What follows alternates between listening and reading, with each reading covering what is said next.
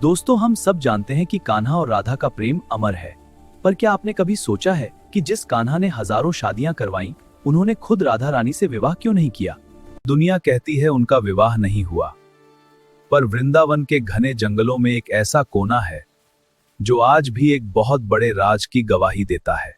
क्या था वो राज?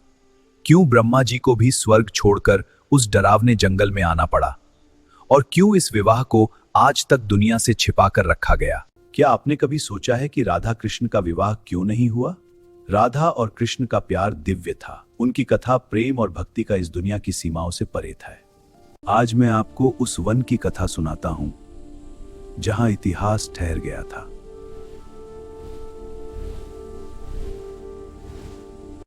बात तब की है जब नंद बाबा नन्हे कन्हैया को लेकर वन से गुजर रहे थे।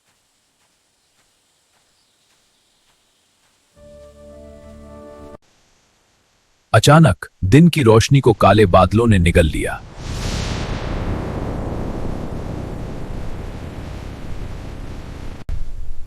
बाबा घबरा गए। उन्हें लगा कोई असुर आने वाला है।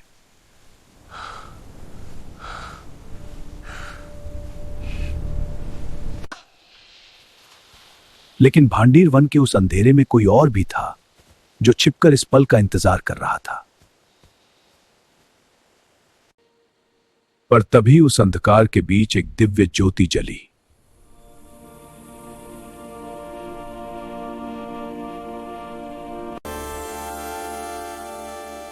वो कोई असुर नहीं, बल्कि स्वयं प्रेम की प्रतिमूर्ति श्री राधा थी। राधा की उस मुस्कान के पीछे एक ऐसा राज छिपा था जिसे ब्रह्मांड के देवता भी नहीं जानते थे।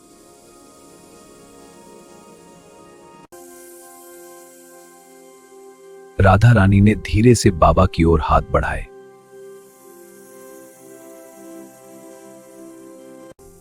बाबा ने जैसे ही कान्हा को उन्हें सौंपा, सारा डर गायब हो गया।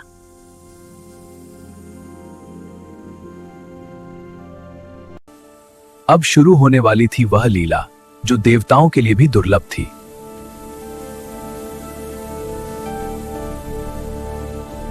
जैसे ही राधा के चरण भांडीर वन में पड़े, प्रकृति खिल उठी।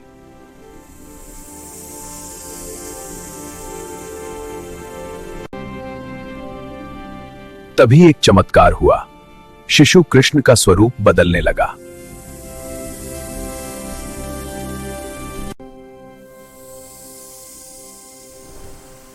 देखते ही देखते कन्हैया अपने दिव्य और शाश्वत रूप में सबके सामने प्रकट हो गए।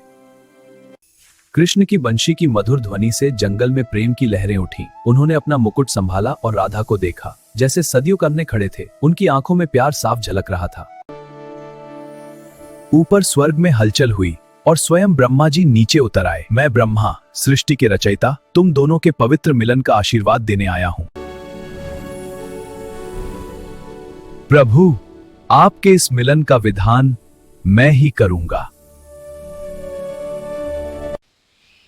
लेकिन भांडीर वन के उस अंधेरे में कोई और भी था जो छिपकर इस पल का इंतजार कर रहा था।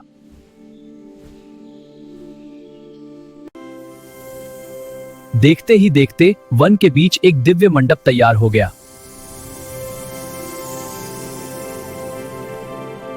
आज जगदम्बा और जगदीश्वर एक होने जा रहे थे।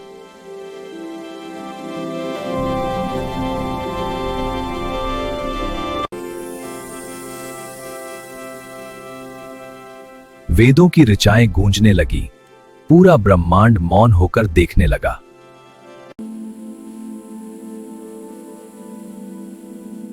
ये वो पल था जब समय भी रुक गया था।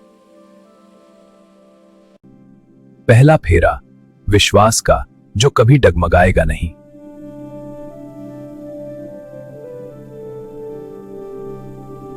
दूसरा फेरा, भक्ति का, जहां भक्त और भगवान एक हो गए।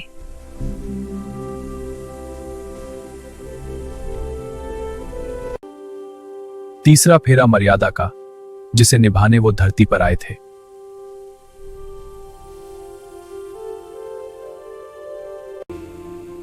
चौथा फेरा, समस्त प्रकृति गवाह बन रही थी।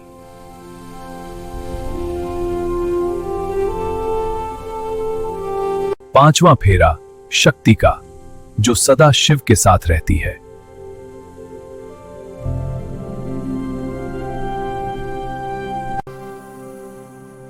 छठा फेरा शांति और आनंद का संचार हुआ।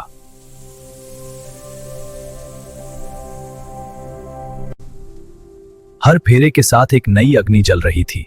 क्या यह मिलन सुखद था या किसी बड़े बलिदान की शुरुआत? उन्होंने 7वें फेरे को एक साथ पूरा किया और 7वें फेरे के साथ वे जन्म जन्मांतर के लिए जुड़ गए।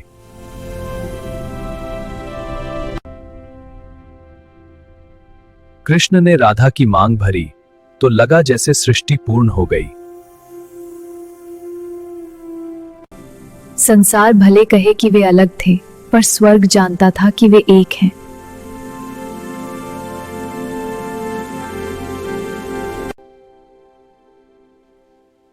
यह था भांडीर वन का वह गुप्त विवाह जो आज भी सत्य है।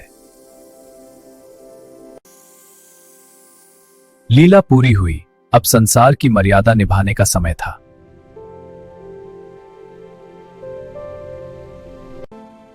ब्रह्मा जी विदा हुए, पर इस दिव्य मिलन की छाप छोड़ गए।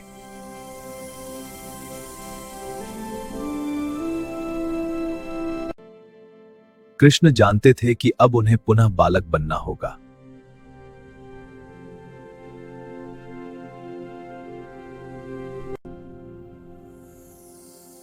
भगवान फिर से वो नन्हे कन्हैया बन गए।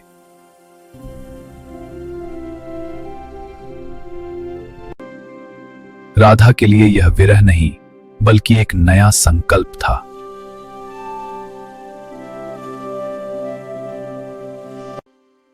राधा धीरे धीरे वन के किनारे की ओर बढ़ी, जहां नंद बाबा उनकी प्रतीक्षा कर रहे थे। बाबा को ऐसा लगा जैसे वे किसी गहरी नींद से जागे हों।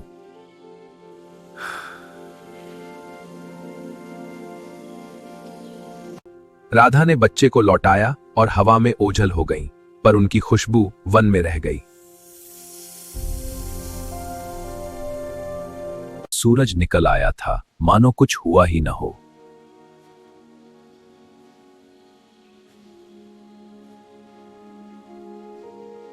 तो अब आप ही कहिए, क्या वे कभी अलग थे? राधे राधे।